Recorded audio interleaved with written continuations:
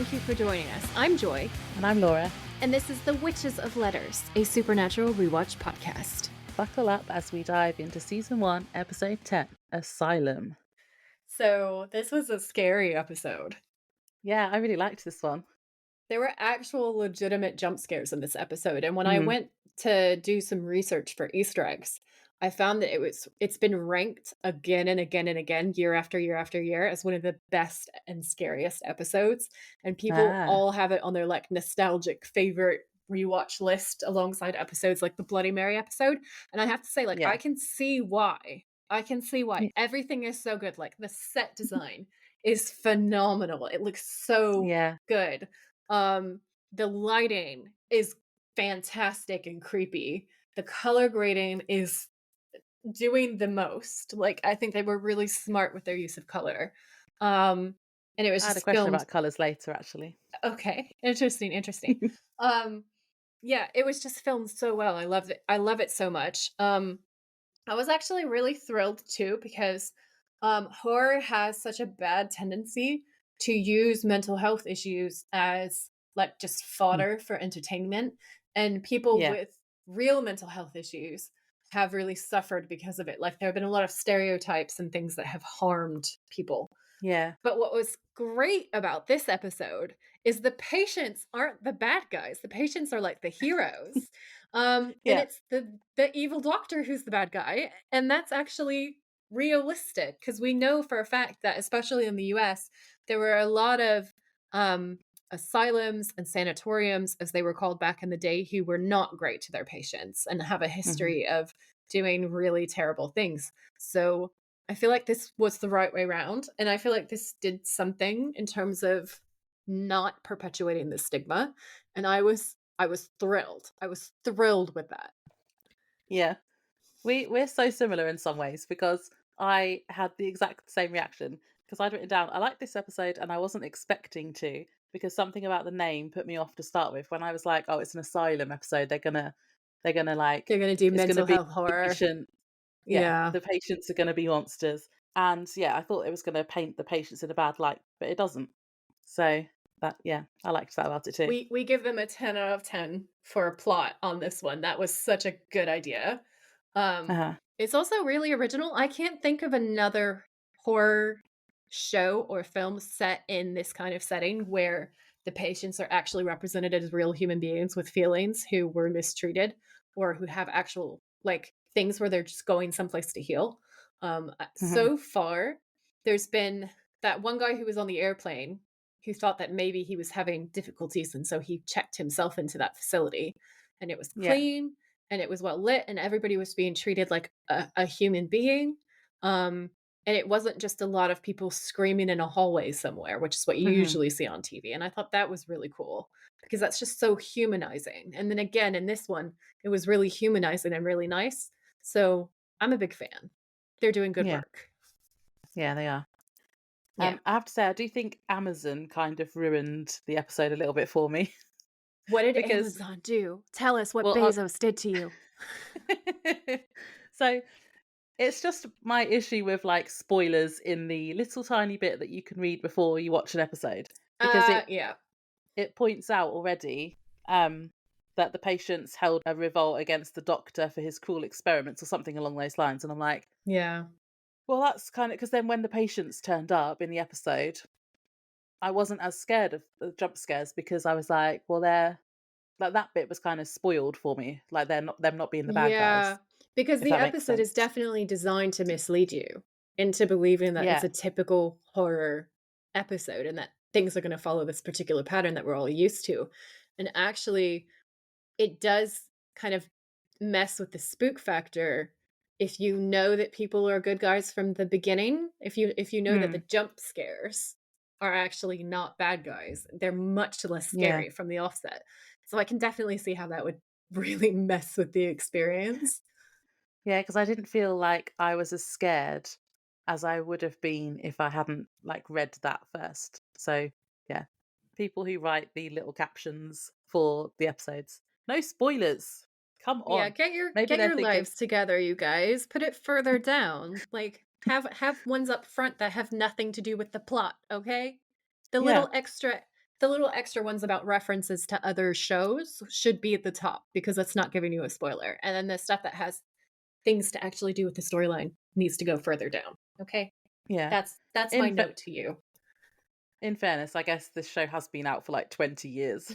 And it's my fault I haven't watched it. In their defense. In their defense, they're like, everyone who's going to already has. But no, you're wrong. Laura's watching it right now. I'm watching it for the first time and I don't want spoilers, please. Yeah. The thing is, you're not the only one because I remember when we first started talking about doing this and I put some stuff up in my stories on Instagram, I had like a fair few people writing into me saying, "Oh, I've never seen it either. I really want to watch it. This is good. This is good for me because I'll rewatch it with you guys." Yeah. So there's definitely people who've missed it who are gonna be still watching it now. So I still think like just, no spoilers. It's just like a general good rule of thumb, isn't it? Yeah. I suppose with me not having watched things, that's a good thing about our podcast is that people who haven't watched it can still listen and not be spoiled because we're not going to talk about spoilers either. Because to not spoil it for me. Yeah. Well, so yeah, exactly. So I thought about this before. I thought about the logistics of it though, and the logistics of it are you have to kind of watch the episode before you listen to our episode because we obviously rehash everything that Hmm. happens in the episode. So they're watching it with us, but they Yeah. have to watch it from the perspective of being one behind.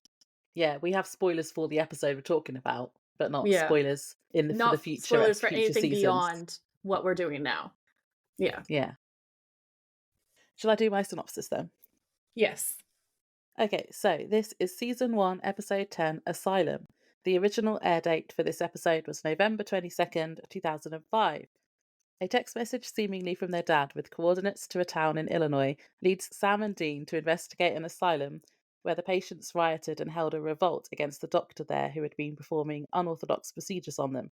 Sam and Dean rescue 2 teenagers who had gone in on a date and burn the remains of the doctor, saving the day, but not before they encounter the spirits of some of the patients and the doctor, who possesses Sam, who then turns on Dean. Yeah, he did. Sam was angry in this episode. And one of the Yes. things that I was going to say to you that I think will thrill you is if there's ever a thirst trap episode of Sam, I feel like it's this one. Because I really actually sympathize with him more than I have in any other episode so far in this episode. Um, Dean sort of annoyed me a little bit. I only have one Dean thirst trap, maybe 2 tops. I didn't actually sit down to be like identifying Sam thirst traps. I just feel like this whole episode was a Sam episode. So for Sam girls, for Sam fans, I definitely can back you up on this episode. Laura has been the We entire are. time I'm talking just giggling on her sofa. She was laughing so hard she leaned away from her microphone. Well, you know how I just said we're very similar in some ways? We're also the complete opposite sometimes when it comes to Sam and Dean. Oh, she went Dean this episode. We've swapped places. Well, yeah, because I feel like I've been, and I still haven't picked a side, have I? But I feel like I've been more When Sam. are you going to pick a side? Will you ever pick a side? Will this just be something that goes on forever? I don't know. Well, in my head, I feel like I am more Sam than Dean, but sometimes Sam really annoys me, but then sometimes Dean really annoys me. So, Yeah. but this episode, I was really angry with him towards the end, which I will get into. Okay. Interesting. But Interesting. I did have some thirst traps for Sam, but I think I feel like I had more for Dean this episode. Normally, I have more for Sam. Mm. There were a few Dean moments, but I just got so aggravated. I'll tell you what it was. The way that Dean says, "Don't ask, don't tell." Because I am a queer person who literally lived through the whole "don't ask, don't tell" era, and I have some trauma from that probably. And so Dean turns around to Sam about being different and his freakishness, and it Mhm. gets really queer coded when he's like, "Don't ask, don't tell." And I was like, "Dean, Yeah. shut the fuck up." And then I also felt like throughout the course of this episode, Sam's psychic powers, for lack of a better term, do set him up to be the freak and the outsider. And he's really Mm. emotionally and storyline wise aligned with the patients. And Mhm. um there's just this subtext that you could definitely read as queer coded in certain ways or as just Yeah. like othering. Um, and because of that, as much as I absolutely love Dean most of the time, this episode I was like, listen, you are not my favorite Winchester right now.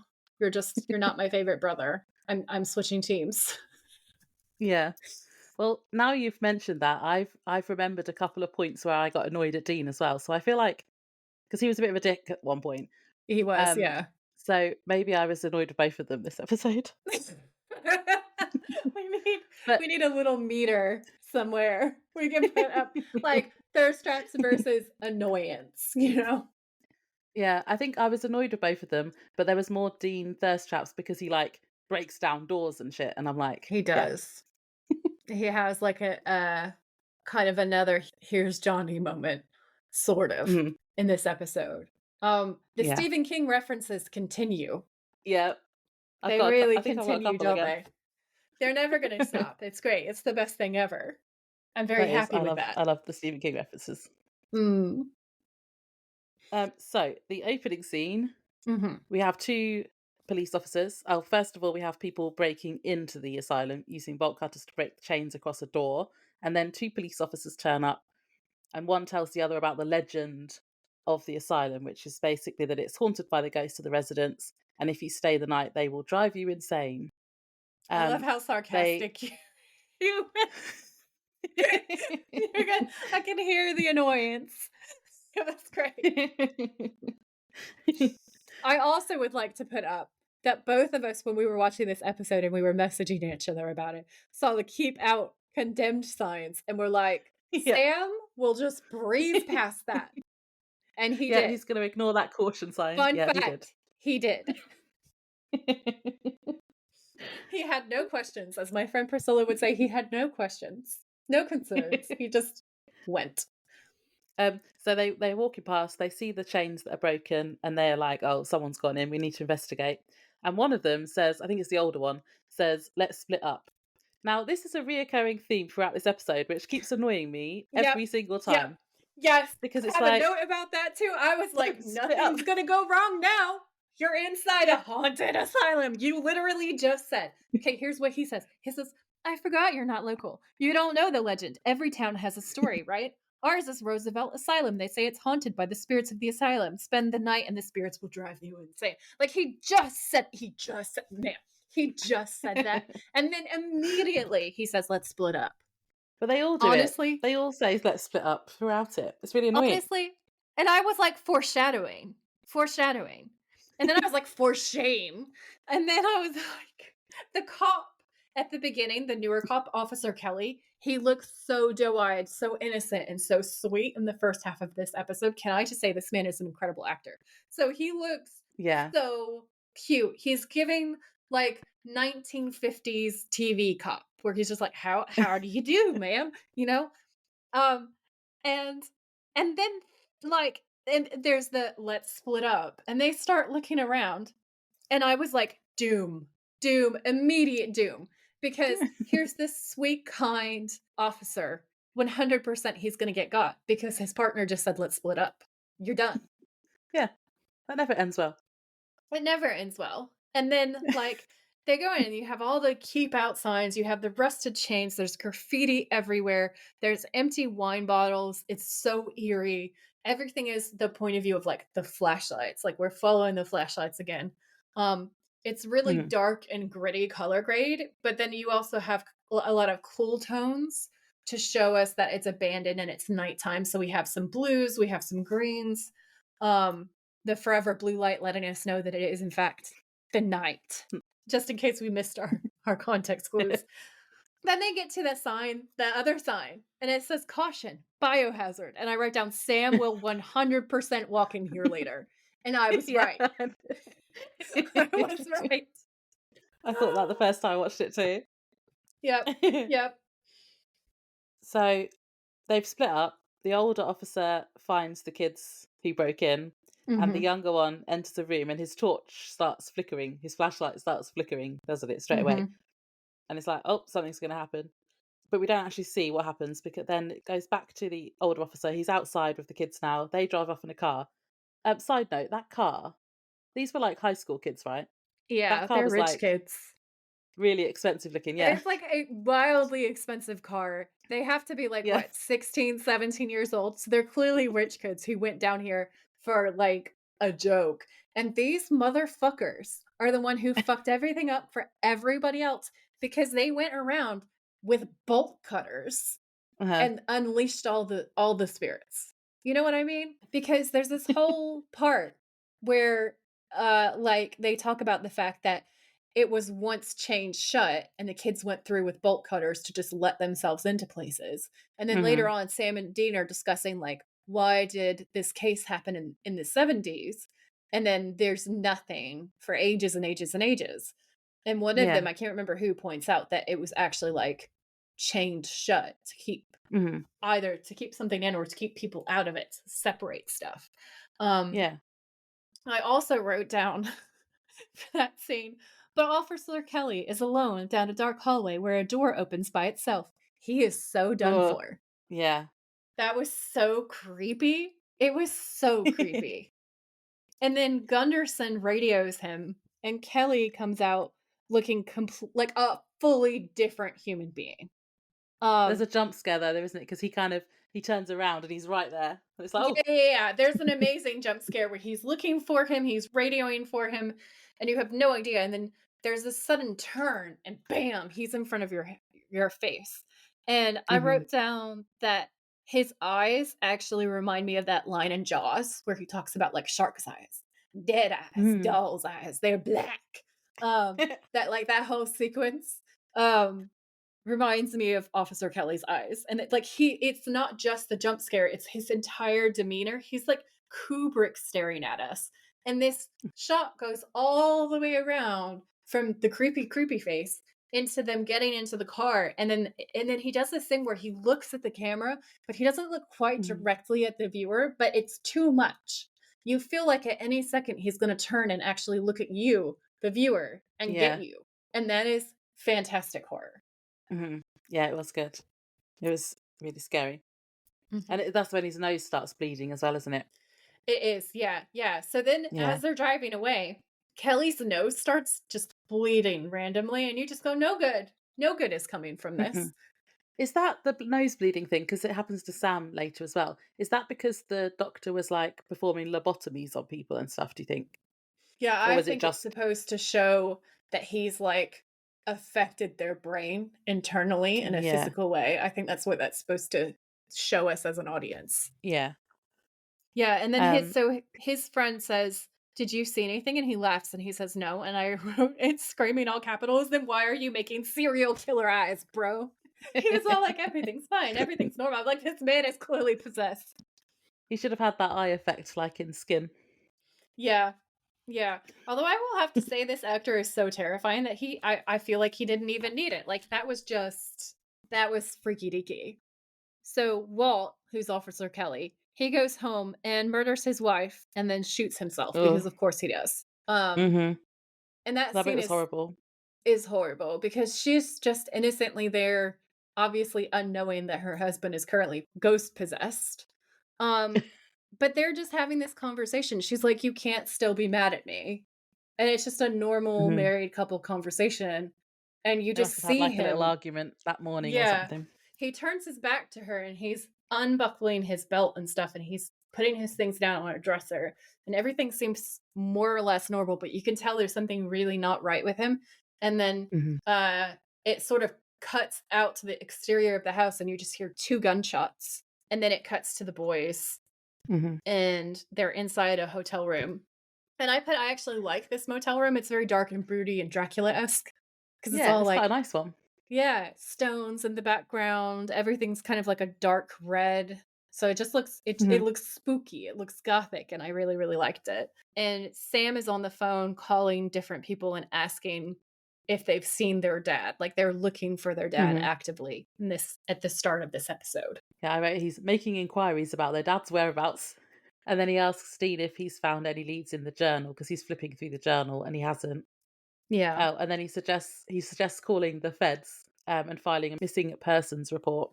Yeah. Dean says no because their dad would be mad at them. Yeah. And like My favorite part of this episode is they're having this conversation trying to work out like what's going on.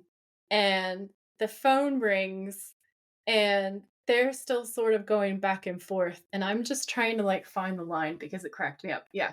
So the phone rings again in the background. Then a little while later, they get a cell phone message and it's just like Mhm. coordinates. And they're talking about the fact that John has never given them coordinates before. Um, they're arguing about whether or not their dad is sending them there. And the line is, the man can barely work a toaster, Dean. Sam's like, he probably didn't do that. He's not that techie. He can barely work a toaster. And I was like, Sam, I hear you. Okay. That cracks me up so much. Yeah, I did write that. That was one of the ones I wrote down as well. That was funny. So I just saw something in the transcript that made me laugh out loud, and I wanted to tell you what it is. So I'm on Supernatural Wiki for the transcript because if I'm not sure what an exact line was, I'll go and I'll check so that I can like have that for you. And then it kind of keeps me where we are in the episode. And the transcript reads, Dean, Sam, Dad's telling us to go somewhere. We're going. Sam makes a bitch face and sighs.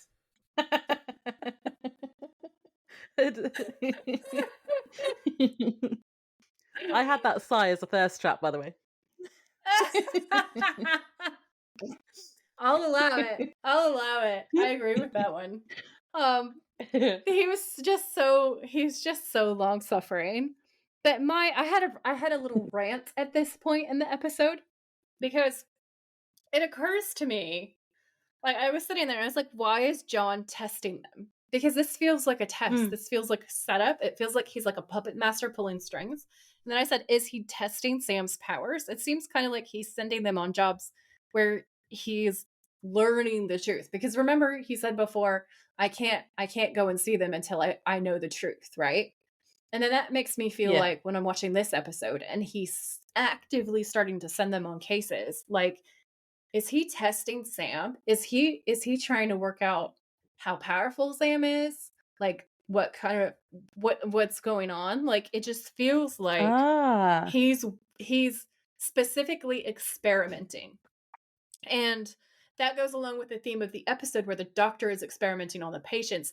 And we're going to see throughout the theme of this episode that Sam is going to be really aligned and in tune with the patients. And I think that that's Yeah. reflective. And I said, I feel like Sam is picking up on the fact that his dad is being like this and that he's always felt a little othered.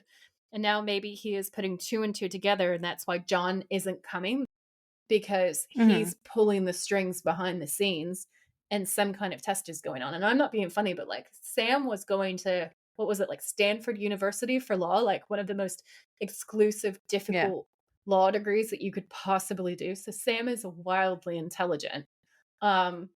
I just feel like there's no chance that he's not looking at this and being upset by it, but also wanting to Mhm. know why. And I think that that also explains some of the tension between Sam and Dean, where Dean's like, we just do what dad says. Like, we just love him, we just Yeah. trust him. But Sam's obviously had a really different experience of his father than Dean has.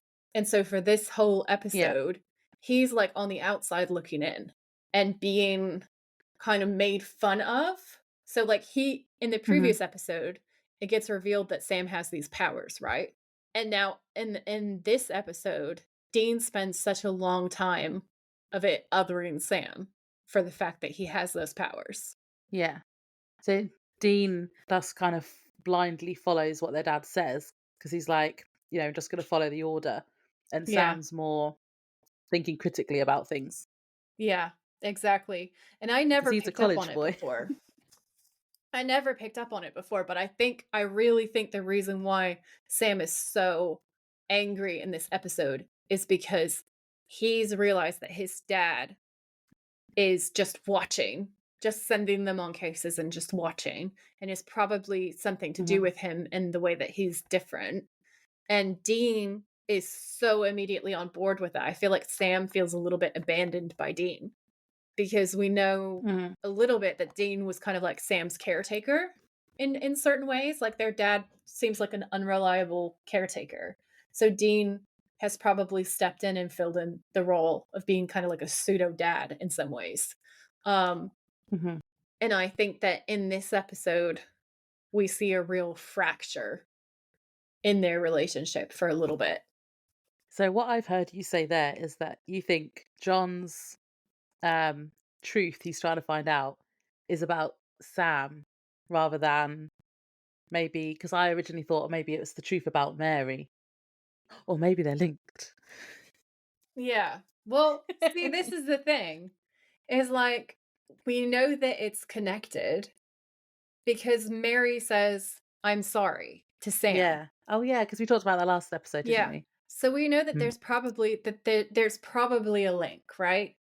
And then why else would John refuse to see his kids, ignore Dean, who he clearly really cares about and who is his favorite son? Let's be real.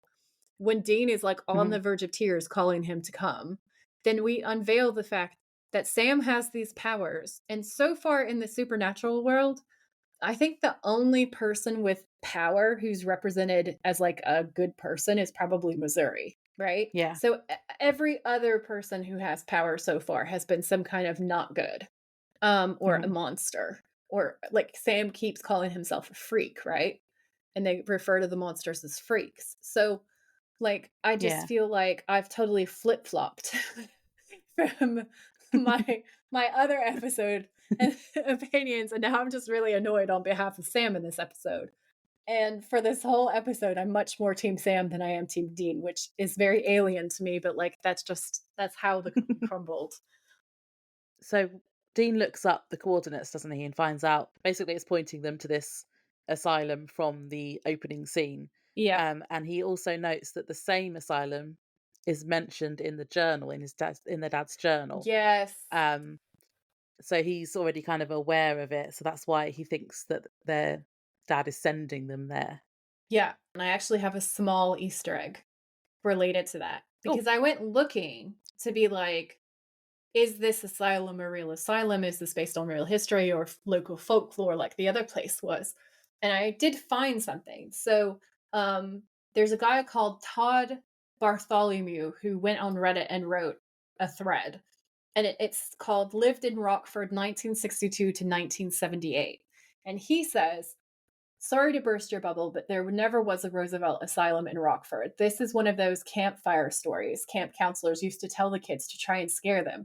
And somehow it still lingers on today. I heard it when I was a kid, as did probably every other kid who went to summer camp. Here's how the story essentially goes with some variations. It wouldn't be as colorful as sitting around a campfire with a flashlight under my face, but here we are. The Rockford Asylum houses a number of mentally ill people, including some who are a harm to themselves and to society. Some teenage kids hear about it, and that is that it's abandoned and or easy to break into and decide to go and have a look at it. When they break in, they discover that it is not abandoned and there are still crazy people in there. The story varies from there depending on the storyteller. In some versions, the kids are trapped in there as the staff thinks that they're actually patients. In some versions, the patients attack and kill the kids. In another version, a fire breaks out and no one can escape due to the bars on the windows. Obviously, I'm stripping a lot of passion and drama out of good storytelling, but that's the gist of it. It is essentially a cautionary morality tale advising kids not to do things they shouldn't. But yes, no Roosevelt Asylum. But I just thought it was yeah. really, really interesting because I did find some other stuff about it, which I'll talk about in just a minute. That like the Roosevelt Asylum myth actually existed in the 70s when he was growing up there, and he's a local, and he's like, this is local lore. And I think that one of the things that we see again and again in Supernatural is local American folklore becomes like Hmm. a key point in an episode, or like the entry point for the storytelling. And I thought that was really interesting. So then I found Yeah. um It's based on on like a real thing, even though it's not a real it's asylum. like it's based on real folklore, if not a Yeah. real place. Um, so there was an abandoned mental hospital in Rockford, Illinois, that's posted by a Redditor, and you can see interiors of a building that looks like just like a long sort of hallway. And then the thread goes, I used to be from Northern Illinois. Where in Rockford is this? I'm just curious. And the poster replies, it's located at 4402 North Main Street. And then Crazy Flamingo Lady 67 says, I like the lines. I bet it was cool. And then Noodler says, weird. That's a 15-minute drive from where I lived ages from when I was born until I was 7 years old. And then Efficient Type says, I think it's over by Bowlin High School. And then someone else says, is this the old Singer Center? And then somebody else said, I believe so. Without external shots of the place, I'm just guessing. But basically, from what I can tell from the locals, we have a local folklore that lines up with what the asylum gets called in the episode. And then we have potentially not one of that name, but maybe there is actually an asylum there. That's kind of unverified because how far can you trust a Reddit thread? Like, I Yeah. can't go to a library to verify or disprove that. But I found another post on Quora, and this woman said that this episode is the activity in it is loosely based on the locations of the Hot Springs Hotel in Byron, California, Waverly Hills Tuberculosis Hospital in Louisville, Kentucky, and the Danvers Mental Hospital near Philadelphia, Pennsylvania, which served as inspiration for this episode. And that was written by Carrie Noonan. And I was like, oh, that's really interesting. So I went to look at the Danvers Hospital. And it is so similar. Like the story of the Danvers Hospital and the plot of this episode are basically one and the same. So it says, the Danvers State Hospital started off on a good note, but over its lifetime, the overcrowding issues began to create problems within the walls of the facility. Patients walked the halls naked. They lived in their own filth from a lack of basic hygiene. Symptoms were getting worse and people were not being cured. Shock therapy and straitjackets became the norm at the hospital. Electroshock therapy scared the patients and they submitted. When they misbehaved, they were put into straitjackets and left to be forgotten.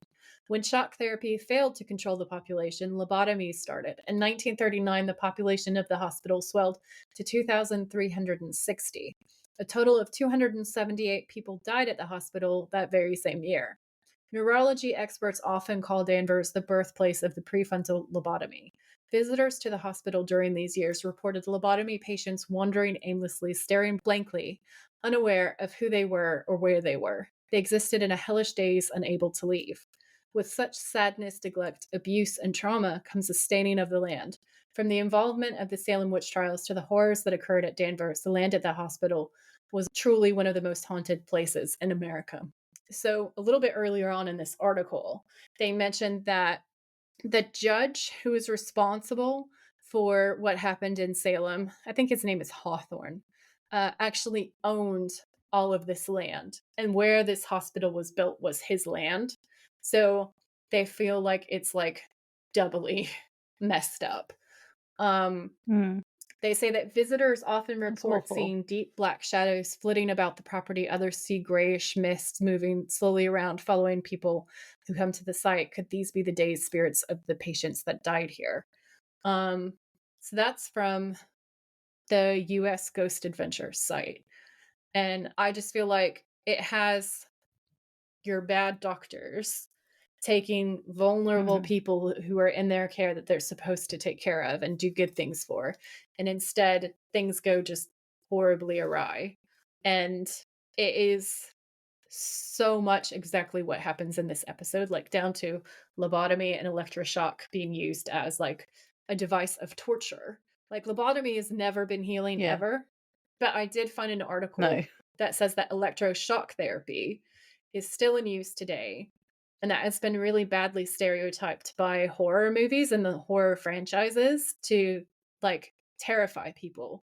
It's actually a legitimate medical practice. So this is a note from the Cleveland Clinic.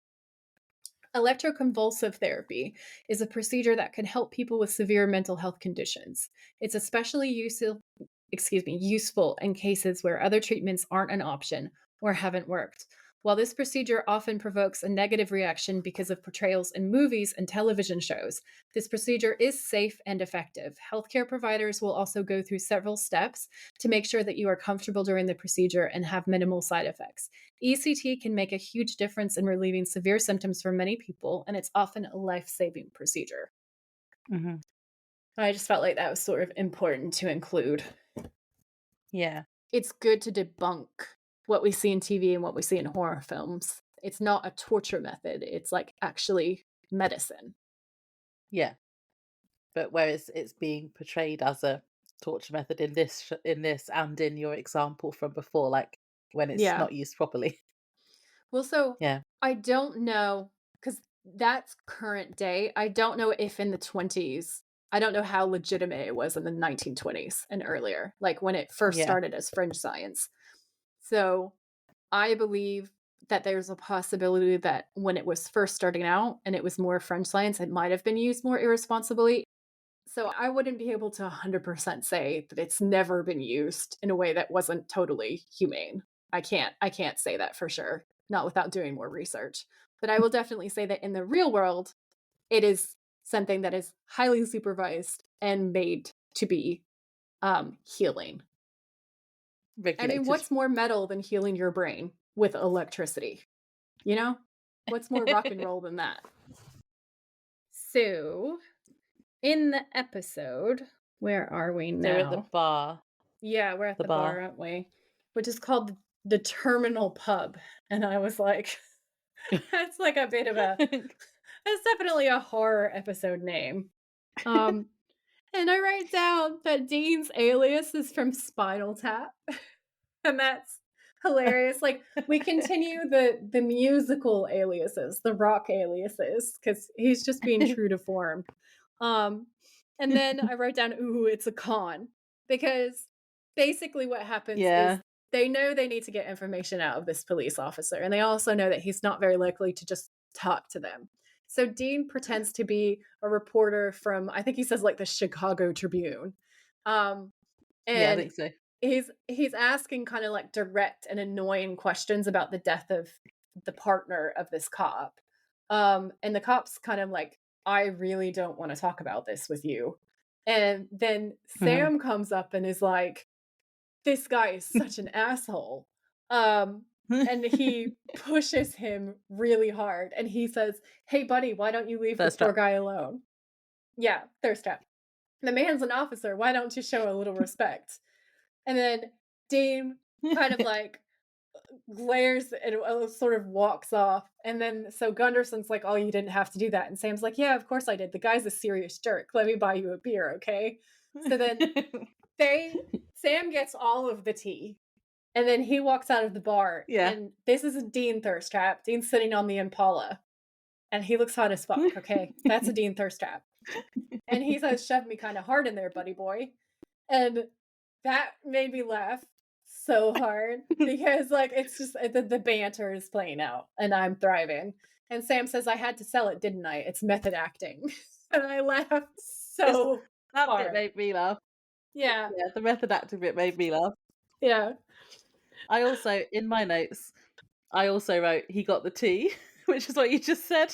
Yeah. Amazing. And I wrote down, damn, Dean is hot.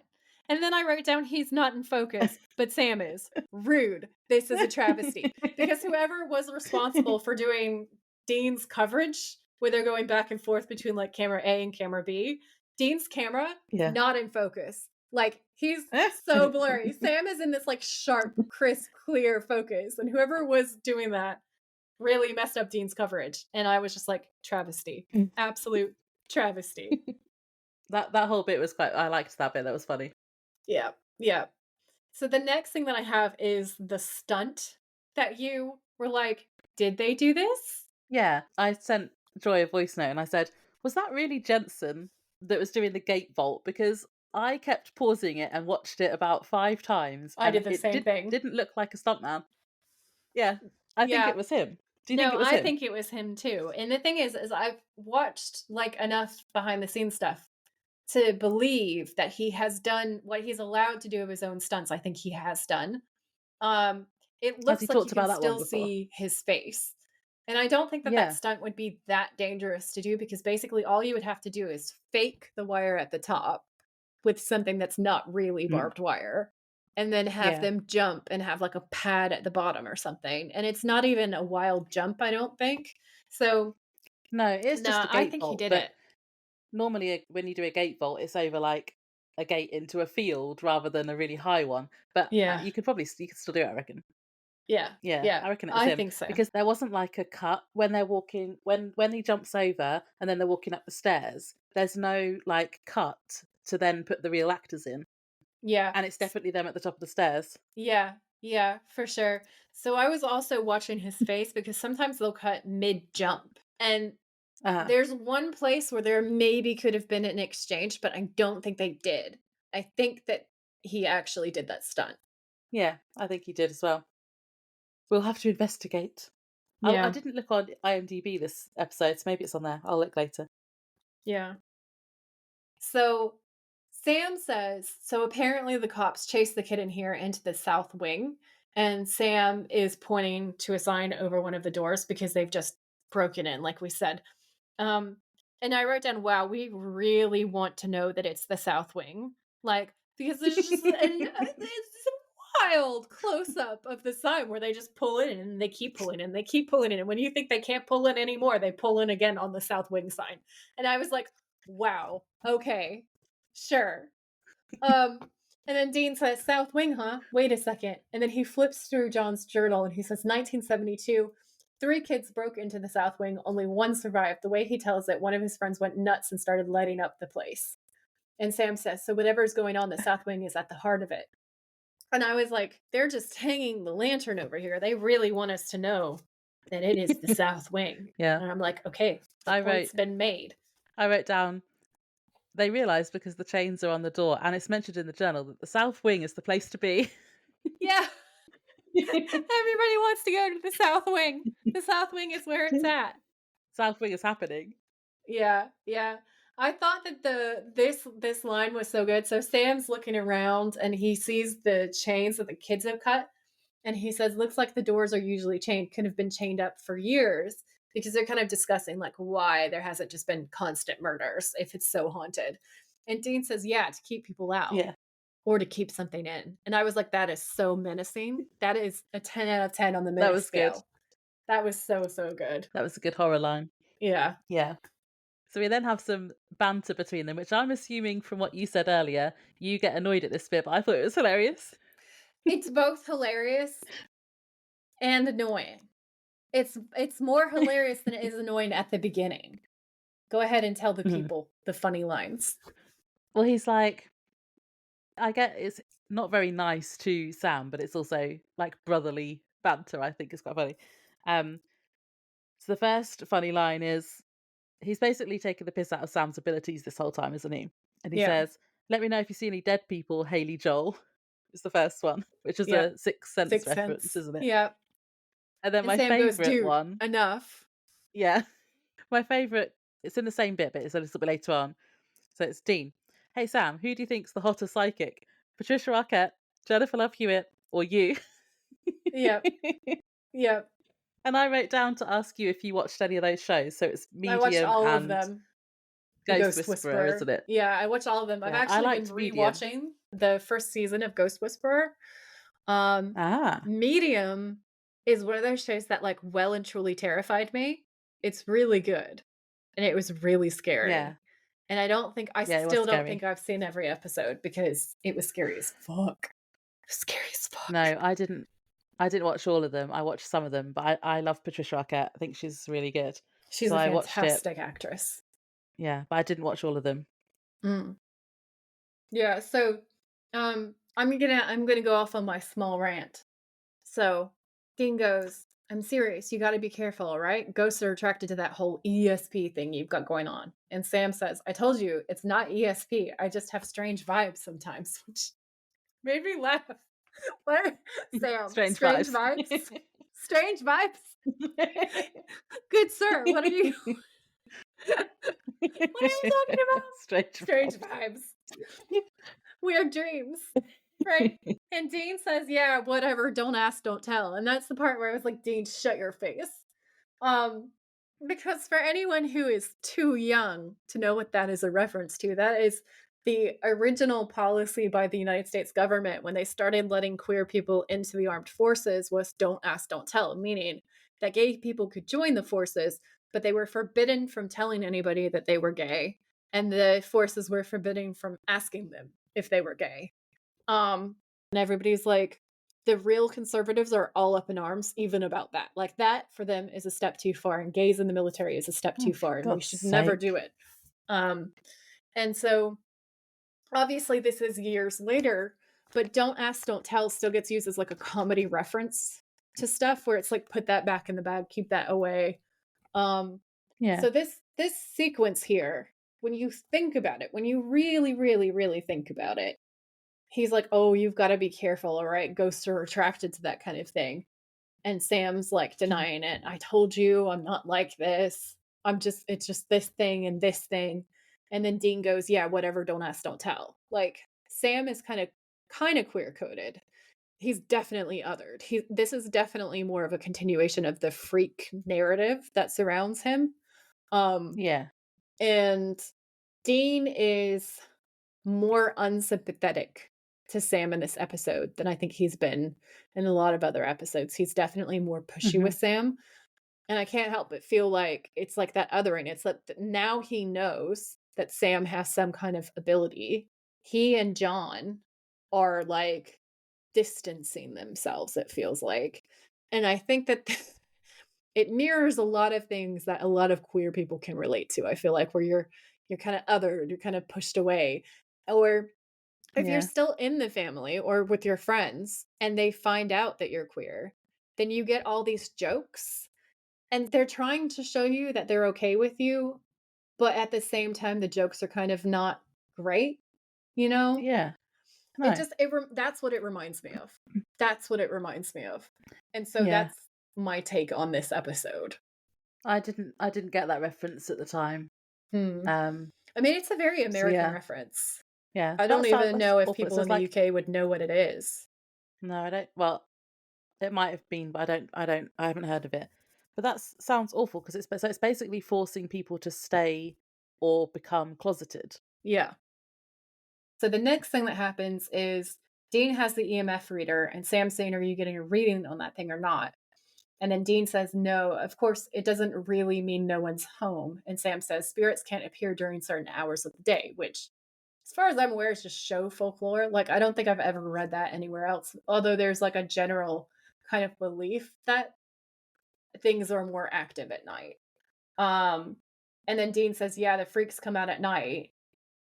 So there's that part where that you said you thought was so funny, which is really funny, where Dean asks him, "Who do you think is the hotter psychic?" Sam shoves Dean, and Dean just kind of laughs. But Yeah. I was like, Sam's had enough. I'm on Sam's side. Hashtag Team Sam.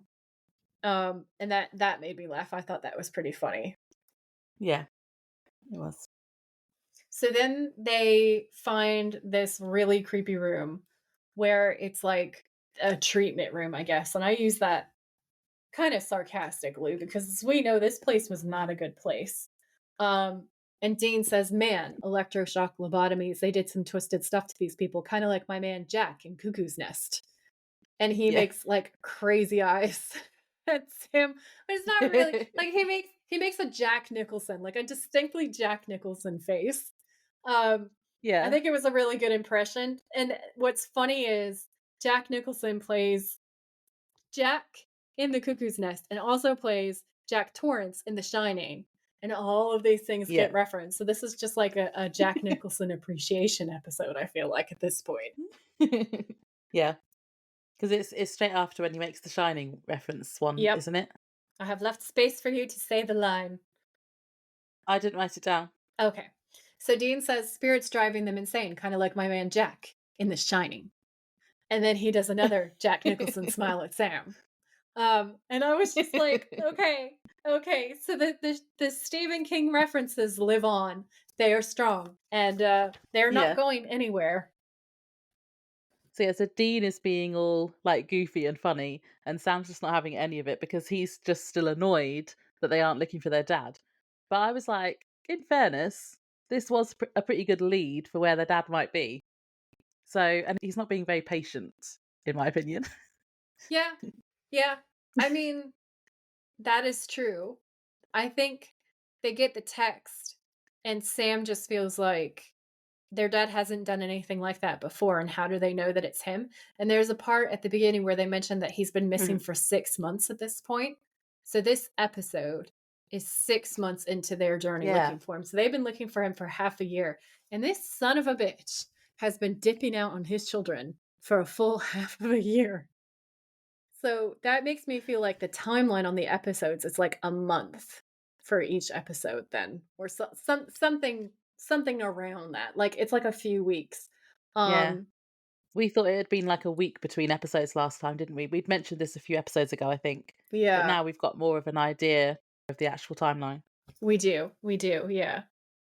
So then they're talking and Sam saying dad could be in trouble. We should be looking for him. We deserve some answers, Dean. I mean, this is our family that we're talking about. And Dean says, I understand that, Sam, but he's given us an order. And Sam says, so what? We got to always follow dad's orders? And Dean says, of course we do. And Sam, at this point, has really just had enough. Like Mhm. Sam's looking at Dean like I sign off. I'm out. He's just so pissed off. Um and then Dean is poking around and he finds a sign that says Sanford Ellicott. And he says, you know what we got to do? We got to find out more about the South Wing, see if something happened there. And I was like, how much more foreshadowing do you need? In fact, like, how many times are we going to hear the word South Wing? This at this point is basically just a drinking game. Um, so Dean walks away. Uh, and I would like to say that the Supernatural Wiki transcript has described this scene in the following way, quote, Dean walks away leaving the sign with Sam, who stares down at it with a bitch face, end quote. So that's twice they've said bitch face. Bitch face Sam! Honestly, I feel like they're on the same train of thought that we were all on before me in this episode deciding that I'm taking Sam's side, which was that he was too whiny. They've literally just put down bitch face. So the next scene, he's in a waiting room. He's clearly in a therapist office. And this guy comes in, and we see the sign of the door reads Dr. James Ellicott, Clinical Psychiatry. Mhm. And they sit down and they have a conversation. And Dr. Ellicott, like this version of Dr. Ellicott, I feel like his son actually turned out okay. Maybe because his terrible father was killed, as he should have been, and thrown into like a small box somewhere, as he should have been. So his influence, didn't really get to his child, because Dr. Ellicott is actually calling Sam out. So from his point of view, this is a therapy session, right? And Sam's all like, um, you know, I need to get this information. So he's like, Dr. Ellicott, that name, wasn't there a Dr. Sanford Ellicott? Yeah, he was a chief psychiatrist somewhere, like leading the conversation, right? And the Yeah. doctor says, my father was chief of staff at the old Roosevelt Asylum. How did you know? And Sam's like, oh, I'm kind of a local history buff. And so Ellicott's like, listen, we're on your dollar, Sam. We're here to talk about you. And he's like, oh, yeah, okay, sure. And he says, so how's things? And he's like, things are good, doctor. And he's like, what have you been doing? And there's this entire really unconvincing conversation because Sam, could use some therapy. Like, I think that we can all agree here that at this point in his life, Sam could use therapy. But also we know that he can't tell him what's actually happened because he would be committed. Mhm. You can't be like, my girlfriend burned to death on a ceiling. I had dreams about it for days before it happened. I now feel really guilty and I think I have psychic powers. Like, they won't put you away. So he's having this back and forth with the doctor, and he's like, I've just been on a road trip with my brother. And Ellicott's like, was that fun? And there's a really long pause. And Sam goes, loads. Mhm. We met a lot of interesting people. We did interesting things, you know? And then he goes, what was it that actually happened in the South Wing? I forget. And Ellicott is like, look, if you're a history buff, you already know all about it. And Sam goes, the riot. Well, no, I'm just curious. And Ellicott's like, Sam, let's just cut the bull, shall we? You're avoiding the subject. And Sam goes, what subject? And Ellicott goes, you. Now I'll make you a deal. I'll tell you all about the Roosevelt riot if you tell me something honest about yourself. Like this brother that you're road tripping with, how do you really feel about him? And there's such a long pause, and we just go, oh, Sam has shade. Yeah. Okay, Sam has shade for Dean. So then, yeah, I just wrote that this scene was really awkward, like the whole scene, and I don't know if it was supposed to be. Maybe that was the point. Yeah. I mean, I think kind of, because I think it's supposed to reflect to us that, like, there's tension between Sam and Dean.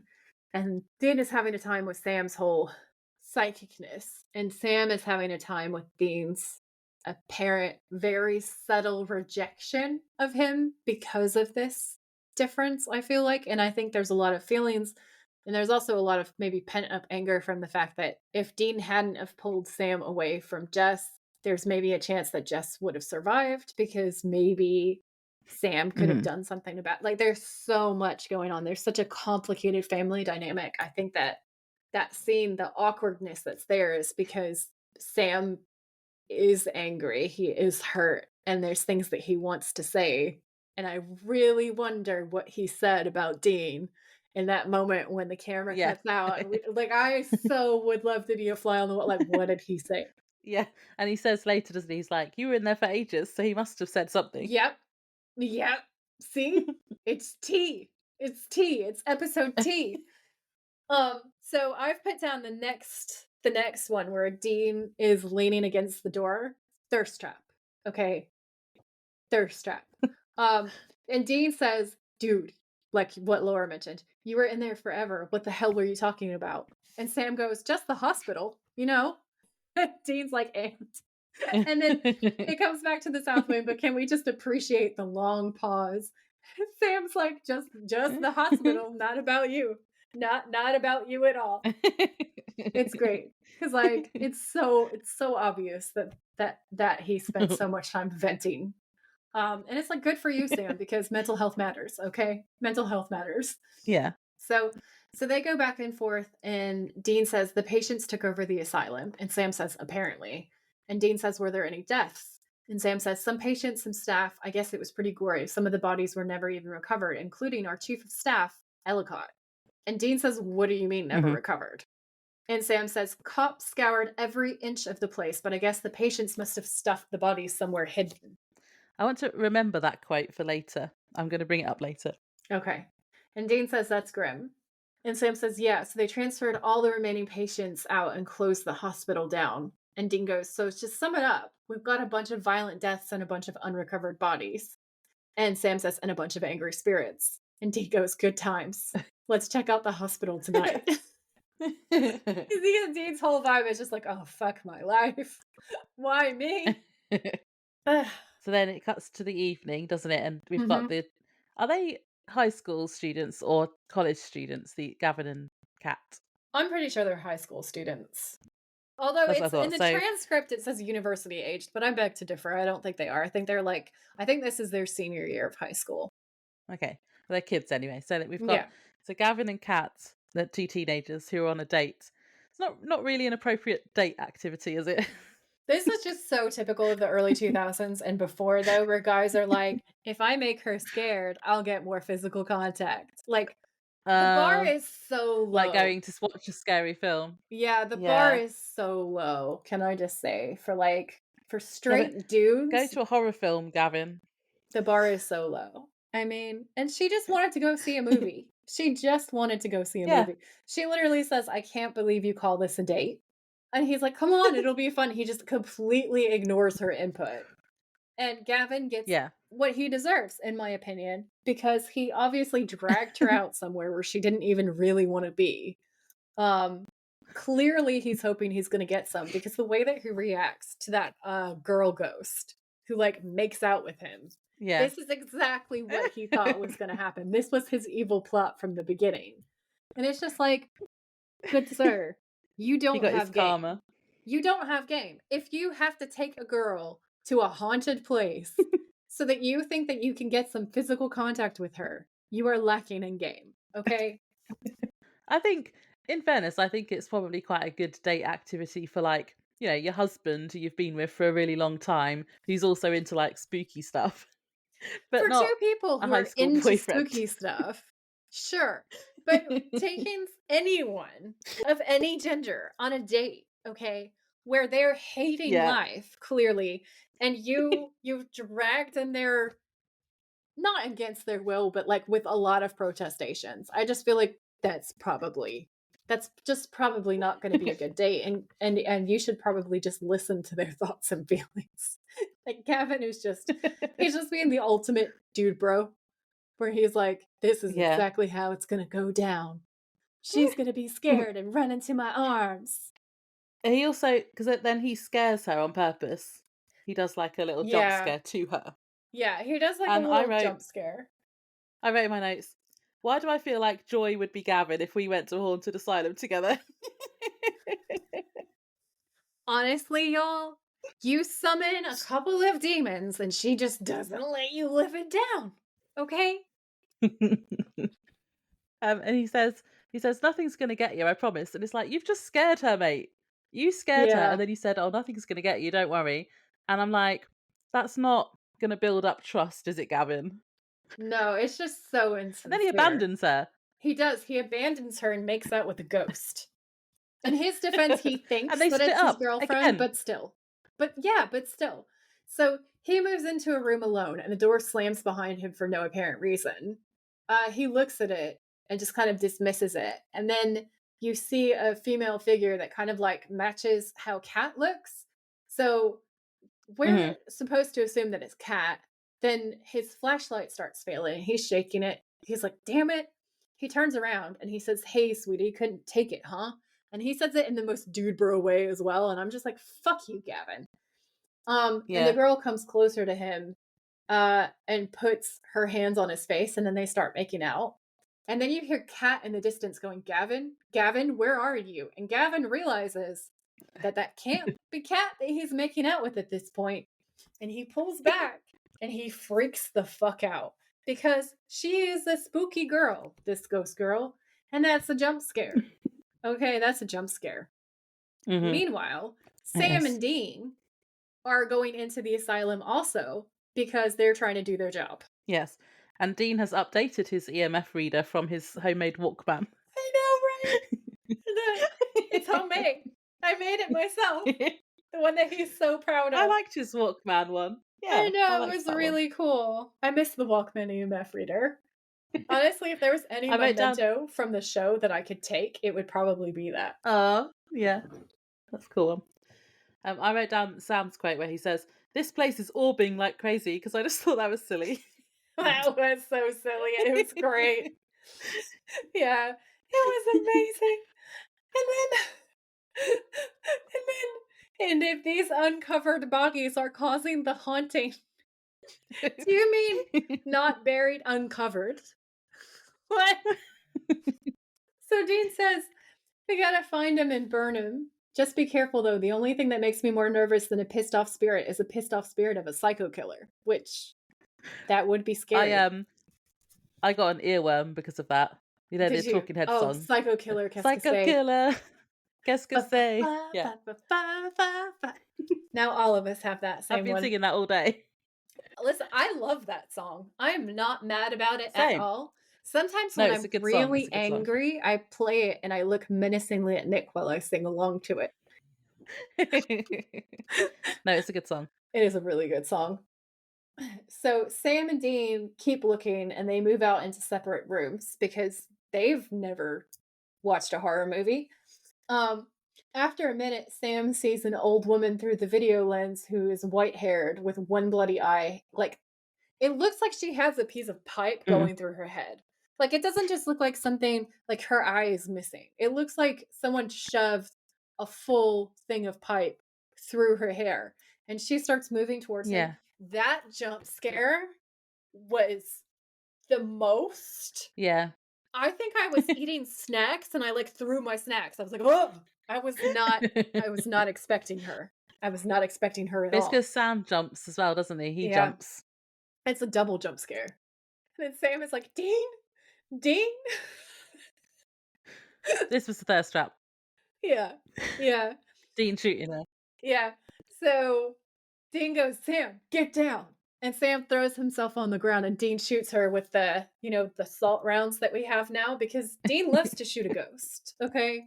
He loves to shoot a ghost. And now at least he's using rounds instead of bullets. Yes. So she disintegrates. And they're both like, oh my God, what the hell? And then they start moving out of the room. And Sam saying, no, Dean, I mean, it was weird that she didn't attack me. And Mm. Dean says, looked pretty aggro from where I was standing. And Sam said, she didn't hurt me. She didn't even try. So if she didn't want to hurt me, then what did she want? And at this point, I was like, we have another instance of Sam having abilities, I feel like, because most people are not going to Mm-hmm. put two and two together. But there's several sequences where Sam just knows that they're not trying to hurt people. And he exactly pinpoints and picks up what the ghosts are like thinking or desiring. Yeah. And that makes me think of what Missouri said about him, because Missouri, who can like literally read everybody's thoughts, is like, oh, Sam's more powerful than me. Yeah. But he doesn't kind of understand his powers yet. No. But I did note down that she did look like she was kind of pleading or like wanting help more than trying to scare him. Yeah. Yeah. She is a jump Yeah. scare. She's a high quality jump scare, but she's not trying to, rip our throats out or Yeah. anything. She just looks scary because she's super dead and she has a piece of pipe hanging out of her head. And that's not her fault. Okay. That's not her fault. So then they find Kat, don't they? Yeah, they do. Cowering in the corner of a room. And at one point she says, I've seen things. I thought that was worth noting. That was funny. That It was reminds me of The funny. Sixth Sense again. Like, I see dead people. I see them everywhere. Yeah. No, honestly, that's so funny. So I wrote down, they decide to find Gavin, and Dean says, all right, I guess we should split up then. And I said, because why, Dean? Yeah. Yeah, Why, why? Why are Dean? we splitting up? Then later, Dean says to Kat, hey, I got a question for you. You see a lot of horror movies? And she goes, I guess so. And he goes, do me a favor next time you see one. Pay attention. When someone says a place is haunted, don't go in. And I was like, shut your face. Shut your fucking face. You've been quoting horror Yeah. movies all night long, but you just said, let's split up. Dean Winchester, I am ashamed of you. That's what I wrote that down as well. I'm just going to read what I wrote because it's relevant and links to what you just said. So I wrote, excuse me, Dean. First of all, it was Gavin's suggestion to go there. And also loads of people go to places they think are haunted because they are haunted. Second of all, have you seen a horror movie? Because why are you telling everyone to split up? I know. He's being such a hypocrite. Honestly, he's such a hypocrite. I cannot even with him. So then they do split up. He has this lecture with her where Laura and I are both just like, you're a hypocrite, Dean. You're a hypocrite. And then the next scene is Sam finds Gavin unconscious on the ground and starts trying to shake him awake. And Gavin's freaking out. And he says, hey, Gavin, it's okay. I'm here to help. And Gavin, who's like, why does this man know my name? Is like, who are you? And Sam says, my name is Sam. We found your girlfriend. And he says, Kat, is she all right? And Sam basically says that everything's okay. And then he's like, what happened? And Gavin's like, I was running away. There was a girl and her face was all messed up. And Sam, who we know is suspicious at this point that the ghosts are not the bad guys, says, did she try and hurt you? And Gavin says, no, she, and Sam goes, she what? And Gavin's all awkward. She kissed me. You're the problem, Gavin. Yeah. You are the whole problem. And Sam looks so uncomfortable and he goes, but she didn't hurt you physically? And I just died laughing because Gavin is such an idiot. Honestly. And then Gavin goes, she actually tried to whisper something in my ear. And Sam says, what? And Gavin says, I don't know. I ran like hell. So Gavin is such a dumbass. He makes out with this ghost. She tries to whisper something to him. He runs away from her so hardcore that he literally manages to knock himself out. He, the boy who was like, it's fine. I'll protect you. I'll keep you safe. Let's go into this haunted place.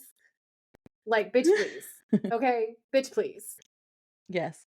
So at the end of this scene, I thought, because I had thought, oh, when we see Gavin again, he's going to be possessed like Kelly from the start. Yeah. And then because Gavin is okay, I was then thinking, oh, maybe Kat is the one who's possessed. So then when we go into the next scene and Oh. she's walking behind Dean in the corridor, I thought she was going to do something, but then obviously she didn't. Yeah. But that's where my brain went at that point. That would have been such a good jump scare. Instead we have the following jump scare. So Dean's taking point and his flashlight basically just starts dying and he's shaking it and he goes, "You son of a bitch." Um, and then he reaches into his pocket and he's like, "It's all right, I've got a lighter." And I was like, said every person in a horror movie ever. I was like, "Dean, this is your comeuppance because you said we're gonna split up. You said that. This is your fault now." So Kat turns to look behind them, and then she goes, "Ow, you're hurting my arm." And Dean is like, "What are you talking about?" Because Dean is not, in fact, touching her, what she's about to discover. So they both look at each other, realize that they're way too far apart for him to be touching her. She looks down, and there's an entire dead person just grabbing her. Now we see up an arm, but like just a whole dead Yeah. arm, okay? Just gripping her. And then she That was is scary. yanked. This girl is like yanked like 100 miles an hour into another room, then gets locked inside the room with an extreme dead guy. Okay. This dude Yeah. has been dead for a long time. Like it is so scary. It's so, so scary Mhm. going from like, you're touching, you're like, you're hurting me, you're holding on too tight, to realizing that that is not Dean. To then suddenly being pulled into a terrifying abandoned room where you are locked inside alone with a ghost. No, thank you. And then Yeah. Locked in. this next scene with Sam and the back and forth between Sam and Kat cracked me the fuck up. Because Yeah, I was this is like, that is funny. exactly what I would say in that situation. Same. So Laura's thirst trap is Dean is smashing at the door with a metal pipe, trying to get it open. Yeah, He's that trying was everything that he physically can to rescue Kat. All right. He's that was hot. hot. He is hot. I didn't really pay attention to it because I was still annoyed at Can him. confirm. Laura wanted us to know that Dean breaking down stuff is hot. Okay. It has been noted. So Kat is slowly backing up in the room and we see the ghost, like, but it's basically you have a sense that there's something behind her. We as the audience spin with her and then boom. Like this guy is in our face and it is scary and it's a jump scare and it got me. So he's tall, he has this long dark hair, and again, his eye has been all messed, like there's the whole side of his face has just been all messed up. Um, and so she screams and backs away because what else are you gonna do in that situation? Sam's running down Yeah. the hallway. And Dean's explaining to Sam that she's locked in the room with one of them. Gavin's screaming about this, and it's like, Gavin, you are once again, you did this. Like, you Yeah, dumb. like shut up, Gavin. Shut up, Gavin. So Sam shouts, Kat, it's not going to hurt you. Listen to me. You've got to face it. You've got to calm down. Dean turns around to Sam and she's like, she's got a what? And Kat at the same time is like, I've got a what? And I was like, I would do the same thing. If someone's like, you just need to calm down, I'd be like, shut your face. What the fuck are you talking about? Are you locked in here with a ghost? Sam says, these spirits, they're not trying to hurt us. They're trying to communicate. You've got to face it. You've got to listen to it. And I'm like, Sam's power. Sam knows. Okay. And Kat screams, you face it. That bit was so funny. And I love it because I was just like, that is exactly what I would say. That is exactly what I would say. Same. Yeah. And Sam goes, I thought no, the same it's thing. the only way to get out of there. And Kat screams, no. And I was like, once again, Kat, we are on the same page. You tell him. And Sam says, look at it. Come on, you can do it. And Kat is just like, ugh. So she turns so slowly. And we get this close up of her face as she's turning to look at the ghost. And it is quite scary because the ghost is just getting closer and closer and closer to her. And on the outside, Gavin's like, Kat, And Dean's like, "I hope you're right about this." And Sam's like, "Yeah, me too." And it's like, "Sam, you're not really filling me with confidence considering that you just told her that she had to face this ghost alone. Like, be more sure of yourself, you know?" So then Kat gets out because she obviously listened to the ghost and the ghost let her go. And then Kat says 137. And Dean's like, "What?" And Kat said, "It whispered in my ear, 137." And Sam and Dean are like, "Oh, it's the room number." So they go away to have a little conversation together. And Sam's like, "All right, so Mhm. if these spirits aren't trying to hurt anyone, then what are they trying to do?" And Sam says, "Maybe that's what they've been trying to tell us." And Dean says, "I guess we'll find out." And then Yeah. they basically decide that once again, they're going to split up. Just split up. Yep. I just write, "Can everyone please stop splitting up?" I just feel like, what do you mean? You know? What what what do you mean? What how I just can't. It's the horror movie references in the same episode that everyone is like, "Let's split up," repeatedly. Repeatedly. Yeah. No. So they decide that Sam is going to take Kat and Gavin out to the exit, and Dean is going to look for room 137, and then Sam's going to go back and meet up with Dean, basically. But, that's Mhm. not how it goes down. Because why? Because they split up. Because they split up. I'm telling you, that's the reason why. So basically, Dean is moving down the hallway. He finds room 137 and he starts going through these folders. At the same time, Sam is going down the hallway and he finds the door to get out, but it's locked. And he tries all of the doors. And Sam goes, "I think we have a Mhm. small problem." And Gavin says, "Then break it down." Um, and it's like, once again, Gavin, why don't you break it down? Okay. You're the reason why we're all here. And then Sam says, "I don't think that's gonna work." And Gavin's like, "Let's break down a window." And Kat's like, Gavin, you idiot, they're barred. They're all barred. Are you dumb? Do you know where you are?" Um, and Gavin's like, "Then how are we supposed to get out?" Sam's like, "That's the point. We're not. There's something in here and it doesn't want us to leave." This actually gets really creepy, this part. And Kat says, "The Mhm. patience," and Sam says, "No, something else." Ugh. That part was so scary. It was. This kind of whole bit, but the whole episode really is very green heavy. It's very green. Mhm. Does that mean anything like the blue light we've discussed in previous episodes? So the way that I've interpreted the greens is because when we go into the building, you know how we talked about gothic stuff and how the the building will often reflect like the storyline and what's going on. And if we look at the building, it is rotten. It is disgusting. There's mold everywhere. And it's being Yeah. reclaimed by the earth. It's decaying. Ah, Right? And so the nature. green is emphasizing nature taking it over and the decay of the place. Um, that is Okay. where I think they've done that. Okay, that makes sense. Hmm. It was very this is when I noticed that it was very green, the whole bit with Cat in the room and them in the corridor. It was just Yeah, it is. that's when I noticed it. Yeah, it definitely is. Um, so Dean is searching the room when we go back to Dean. He Oh yeah. actually manages to uncover um a secret panel in the wall, and inside it is like a case. But he's just doing what he does, and he's just sticking his hand in places that I would not stick my hand. If there is a dark secret place, Dean is gonna just absolutely stick his hand in that with no questions. No questions. Just straight in there. And I wrote down Dean, always sticking his hands in weird dark places.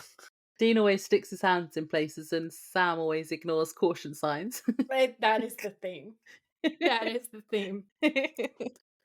So he finds the journal hidden in the bag that was hidden inside the wall. And when he opens it up and he starts looking through it, it's horrible. It's like surgical instruments, it's torture stuff. Um, it just looks really, really, really bad.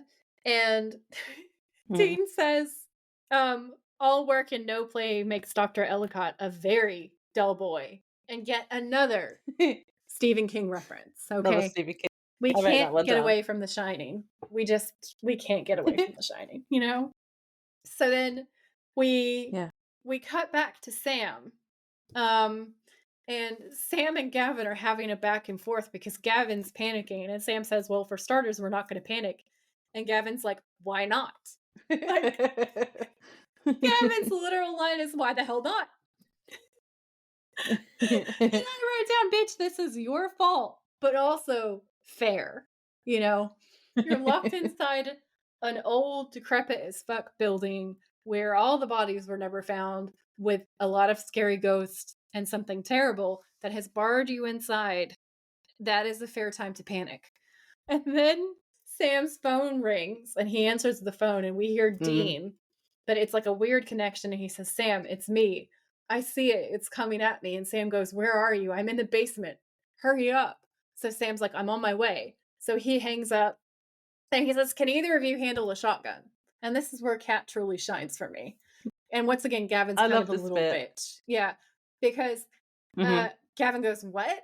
No. And Kat goes, I can. And Gavin looks at her like she's grown a third head or something. And Kat is like, my dad used to take me skeet shooting. And Sam's like, all right, here, it's loaded with rock salt. It might not kill a spirit, but it will repel it. So if you see something, shoot. Foreshadowing. Comic foreshadowing. Yeah. Okay. So right, Kat is a badass when she gets the shotgun because she like cocks the shotgun. And that's really cool. And also because I'd already noted earlier that she was a badass as well when they find her cowering, that Dean says to Sam to like take her out. And she's like, no, I want to stay. Yeah. Yeah. Yeah. So she has I a really Sarah liked Connor that bit. moment. Yeah. But then when she cocks the shotgun, this led me to a slight side note, which ends up, it sounds like a flag, but it's not because I still think it's cool. But apparently that's inaccurate and I'm not familiar with guns. So I thought it was interesting. So I wasn't looking for this. What I was doing is I was Googling, is it called cocking a shotgun? Because you know when you say something and you then convince yourself that it's not right. Yeah. So I was just checking that. But one of the things that came up on the Google search was a Reddit post. And I just thought it was interesting, so I wanted to put it in.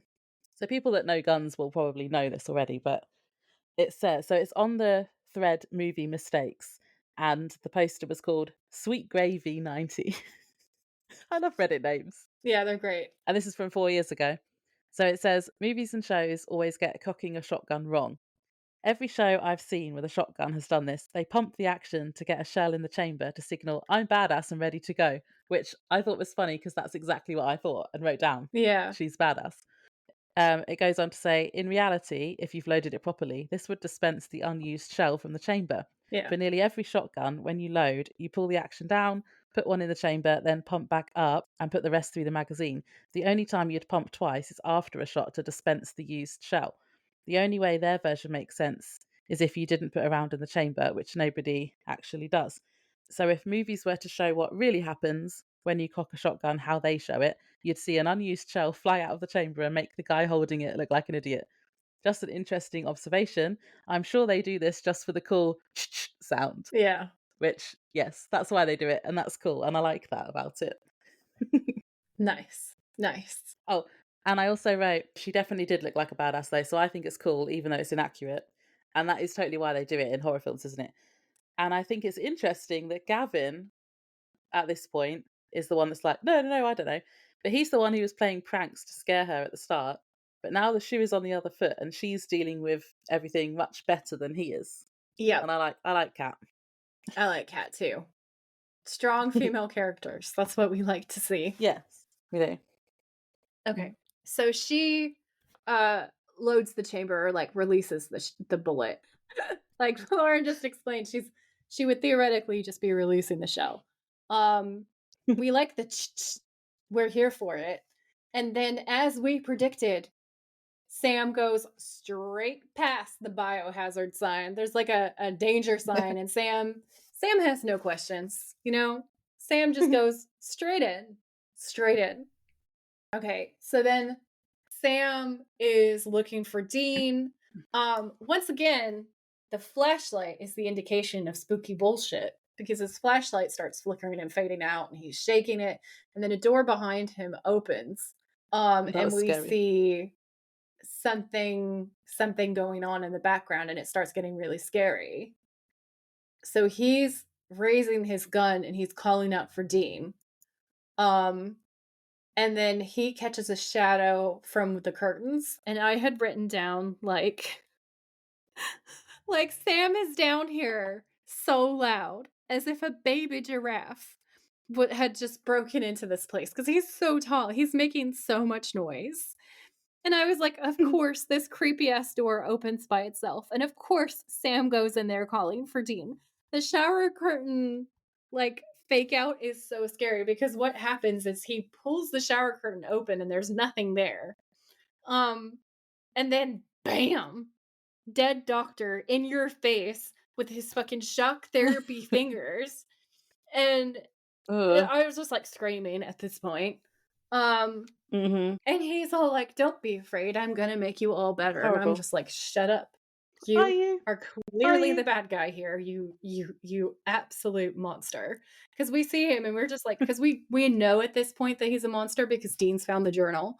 But like just this whole section where he's actively electrocuting Sam's brain and then just all deadpan Yeah. and like creepy as fuck, being like, "Don't worry, I'm gonna make you all better." Yeah. Yeah, he was horrible. It is, it's terrible. It kind of started reminding me a little bit of 13 Ghosts at this point. Yeah. You know how we always point out how it goes from really scary and then really funny and then back to scary again? Yeah.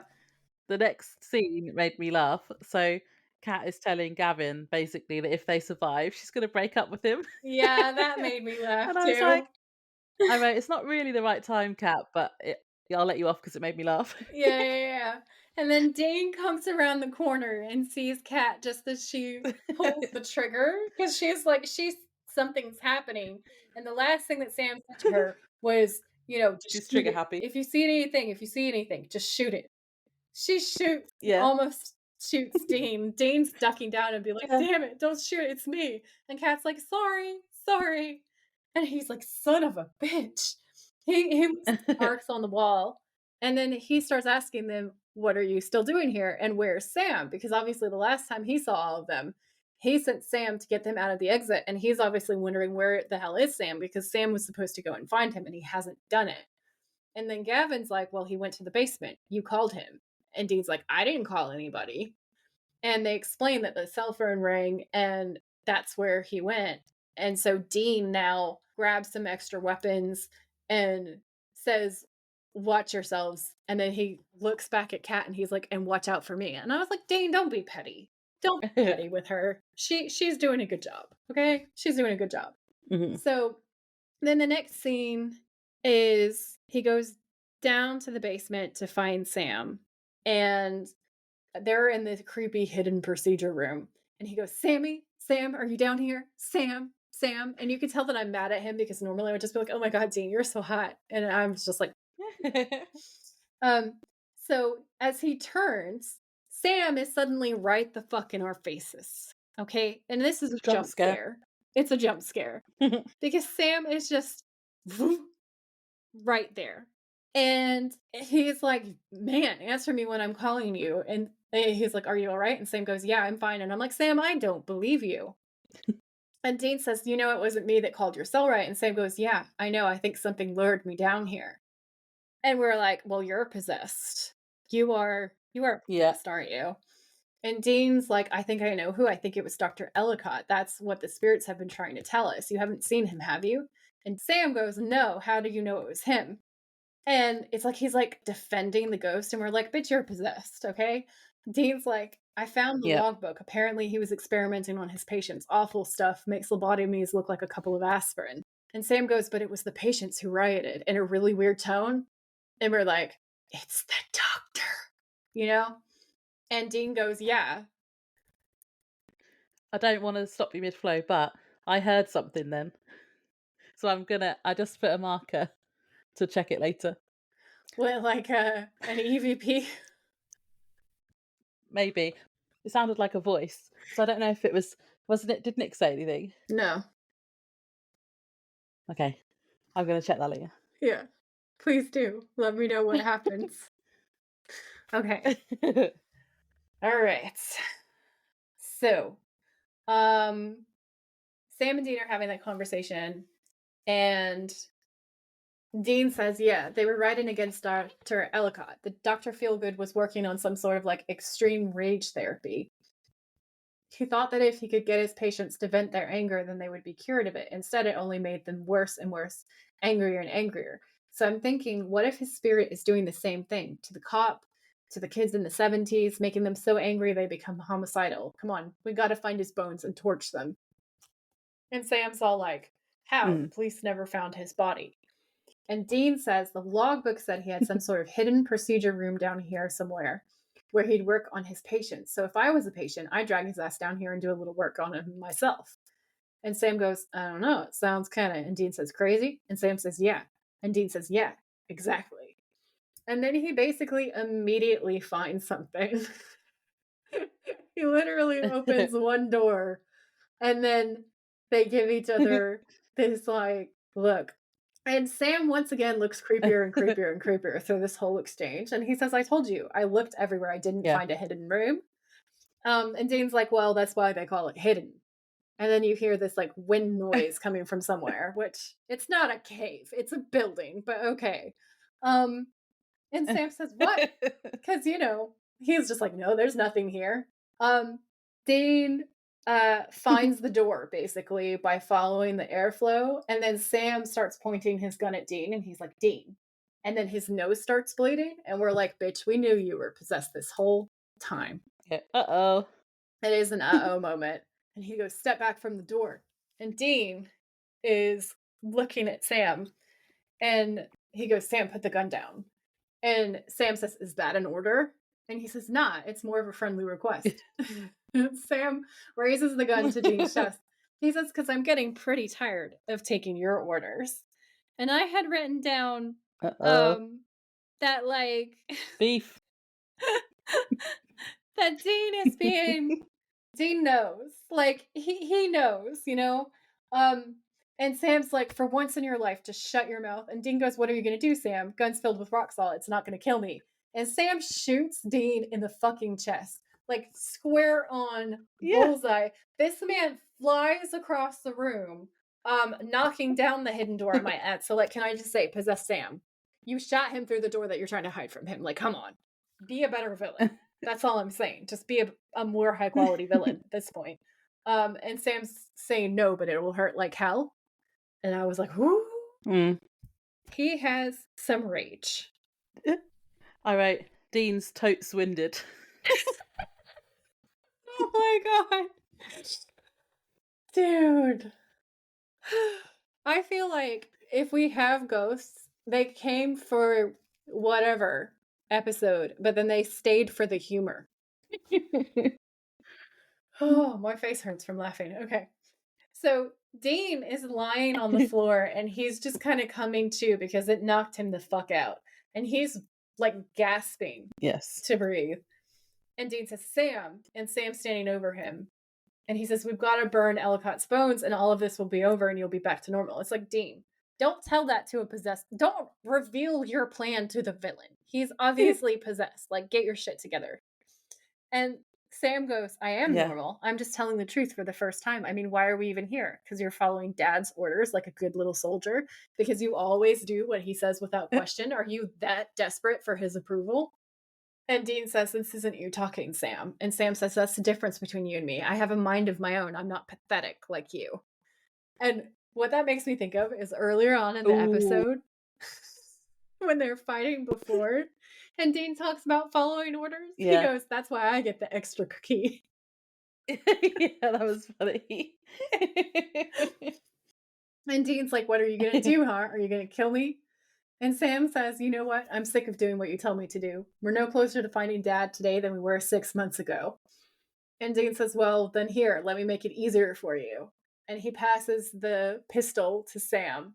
And he says, come on, take it. Real bullets are going to work a hell of a lot better than rock salt. And Sam kind of like doesn't do anything for a minute. And Dean goes, take it. And Sam points the gun at Dean's face. And Dean says, you hate me that much? You think you could kill your own brother? Dean knows that Sam is possessed at this point, right? Yeah. Well, we know So it's like, why, he why, knows because the gun's empty. why Remember? give him a gun? Yeah. He's Oh, yeah. So he says, "You hate me that much? You think you could kill your own brother? Then go ahead and pull the trigger. Do it." And Sam pulls the trigger, but the chamber is empty. And he tries again and again and again. Um, and in the meantime, Dean was basically expecting this. So I think this was his plan because he figures that he's going to be so raged out that it's going to give him a minute to distract him. And it also means that he puts down the thing that could hurt him, which is the shotgun loaded with salt on the ground in favor of picking up this other gun. So Dean takes advantage of this and like lays him the fuck out. Like this is revenge for earlier on when Sam pushed him. Obviously, he also just shot him square in the chest. So like Dean's getting his own back a little bit. He punches him so hard that it's just like a straight follow through from Sam's jaw to the floor. He laid him the fuck out. And then Dean goes, "Man, I'm not going to give you a loaded pistol." I didn't even notice the bits that you were like him swapping the guns over because I was just caught up in the drama. Because when Sam actually does shoot him, I was like, "Oh, he actually did it!" And not just once; he does it multiple times. Yeah, it was brutal. It's brutal. Then Dean is looking around the room and he does the same like creepy ass shower curtain jump scare situation. He's like pulling these curtains trying to find where the body might be. And Dr. Ellicott glides past, but Dean doesn't see him. But then he sees this piece of hair, which can I just say, hair just poking out of a cabinet is so fucking creepy. I was like, ugh. And then he opens the door and there's a full corpse inside and it is disgusting. And I wrote down, it is literally the most gross thing that I've ever seen. And the corpse that they have in there is so super realistic. How is it on network TV? I was not okay. I just wrote, this is where my thing comes back. You know when I said to remember a quote from earlier? Yeah. So I put, Dean finds the skeleton in an unlocked cabinet. I thought the cops had scoured everywhere and no one had ever found his body. They couldn't have looked very hard. And I know it was in a secret room, but even that wasn't very hard to find either. So they obviously weren't very good at looking for things. I thought that too, and then I was like, it wasn't that hidden. Maybe it wasn't a windy day when they were searching. Because but it had like the door had like a crack under it. You could tell it was a door. It wasn't like it didn't look like a wall. It looked like a door. This is true. This is a valid point. And I'll allow it. The cops in this town did not try that hard at searching. Yeah, they didn't really try that hard, did no. they? Okay, so Dean starts salting the body and throwing kerosene on it, and he's like, "Soak it up." And then, boom, this gurney comes flying from across the room and knocks him the fuck to the ground. And at this point, I'm thinking, he has been shoved. He's been shot. He's been shot at, and now he's just been taken out by this gurney. Like, he is not having a good day at this point. No, so and then like the extremely dead evil doctor is on him, grabbing him, saying his fucking creepy ass line, "Don't be afraid, I'm going to help you, I'm going to make you all better." So he manages to grab a lighter from his bag during the struggle and he throws it onto the doctor's corpse and he starts burning. And I wrote down, this is so bizarre because basically he turns into stone and crashes to the floor.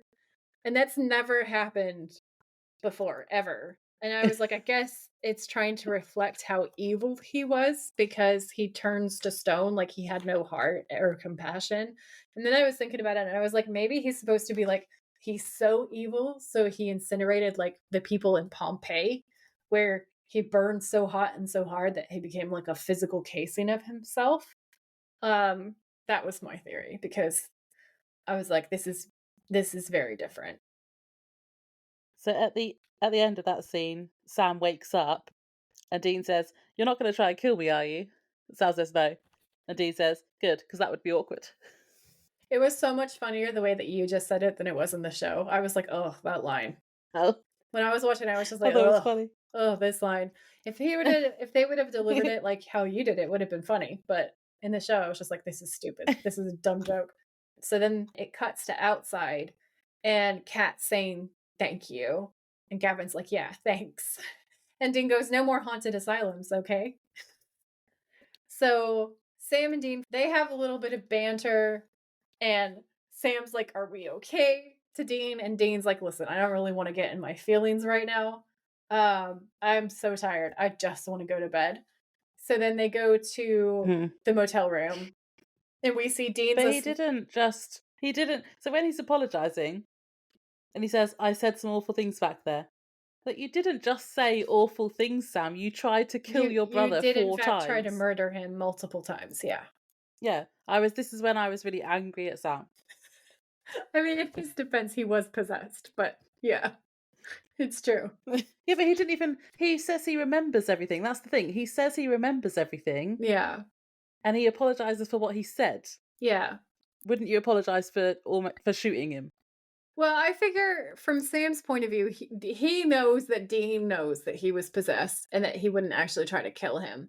But he maybe thinks that Dean thinks that what he said was his own real rage. And so he's trying to either misdirect us and Well, be it's like, got to come from somewhere. yeah, he was trying to either misdirect us and be like, I didn't do that. I didn't say that. And we're like, Sam, what did you say in that therapy session?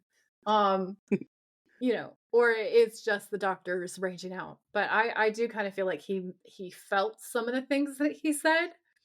And that's why I Dean, think he did mean it. yeah, I think so too. And I think Dean knows it too. And I think Dean's like, shut up. I just want to go to Mhm. bed.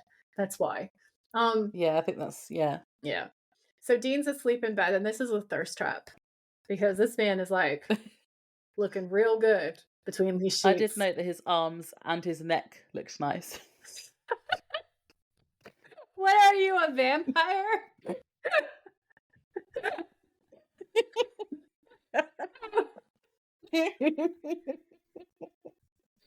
I'm really trying so hard to breathe.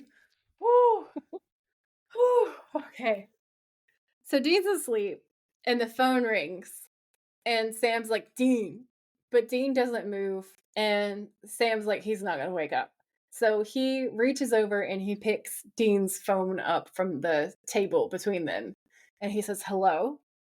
And then you see him react. Like he sits up, like his whole body language changes and he says, Dad. Yeah, And then it just cuts to black and that's the end of the episode. that was a good ending. Leaves us wanting more. It does leave us wanting more. So there were other horror movie references in this episode. So there's a reference to the Amityville horror, and there's also a reference to the Smurls. And both of these hauntings became books and then got turned into movies.